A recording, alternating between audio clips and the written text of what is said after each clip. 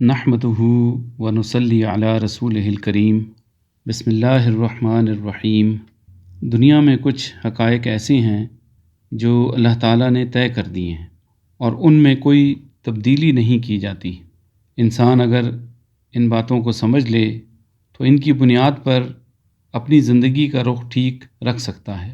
اس لیے میں نے ان باتوں کو جمع کرنا شروع کیا ہے اور انہیں اسلامی نظریات کا نام دیا ہے۔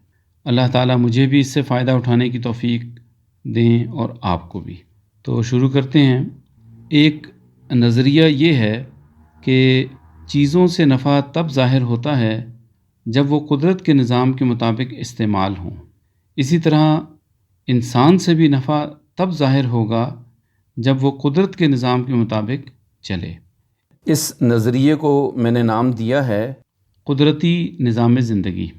اللہ تعالیٰ نے انسان کو اس کائنات میں اشرف مخلوق بنا کر کائنات کی باقی ہر چیز کو اس کی خدمت کے لیے مقرر کیا ہے۔ کائنات کی چیزیں چاہے نباتات سے ہوں، معدنیات سے ہوں یا حیوانات سے، سب میں ایسی صفات رکھ دیں جن کی وجہ سے انسان انہیں اپنے فائدے کے لیے استعمال کر سکے۔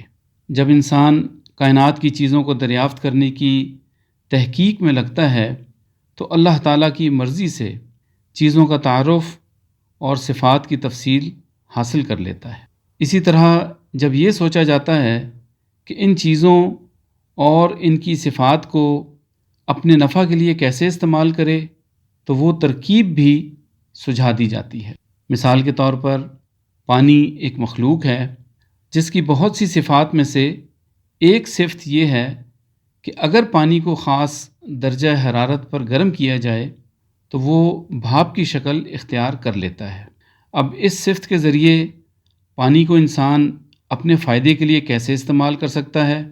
تو جب یہ سوچا گیا تو اللہ تعالیٰ نے انسان کو وہ ترکیب سجھا دی کہ جس کی بنیاد پر آج سمندر میں بحری جہاز اور سڑکوں پر گاڑیاں دوڑنے لگیں۔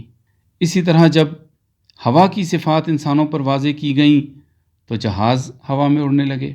دنیاوی علوم میں چیزوں اور ان کی صفات کے قدرتی نظام کو معلوم کرنا سائنس کا علم کہلاتا ہے۔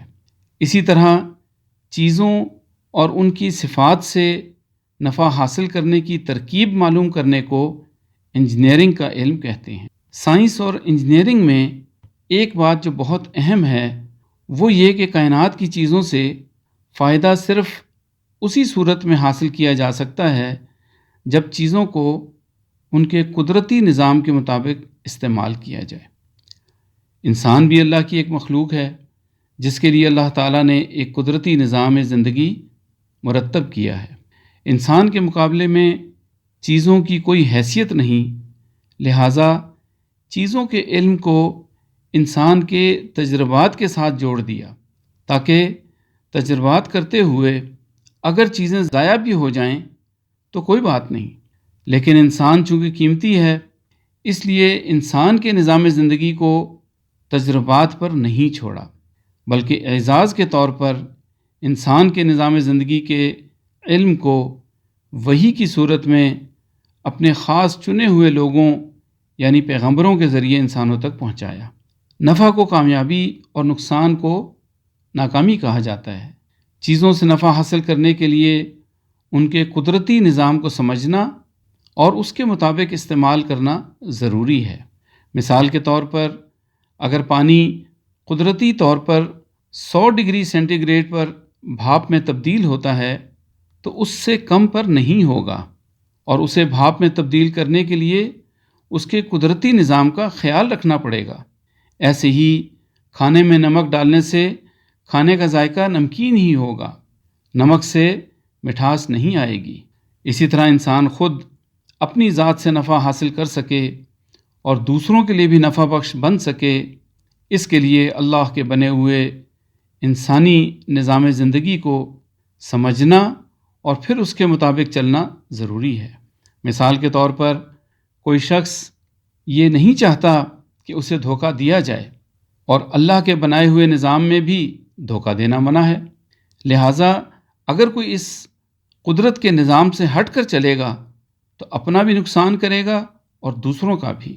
ہاں، اس میں اللہ کی حکمت ہوتی ہے کہ نقصان کبھی فوراً ظاہر ہو جاتا ہے اور کبھی کچھ عرصے کے بعد، لیکن اس کا لازمی نتیجہ خسارہ ہی ہوتا ہے، کیونکہ اس کا اعلان قرآن پاک میں کر دیا گیا ہے۔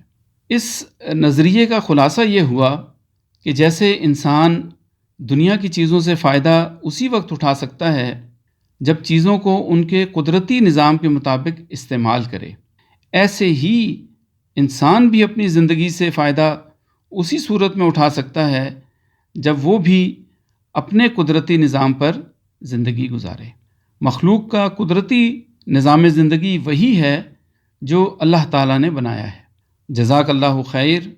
آخر میں پھر سے یہ دعا ہے کہ اللہ تعالیٰ مجھے بھی یہ نظریہ سمجھنے اور اس کے مطابق زندگی کے رخ کو قائم کرنے کی توفیق دیں، اور آپ کو بھی۔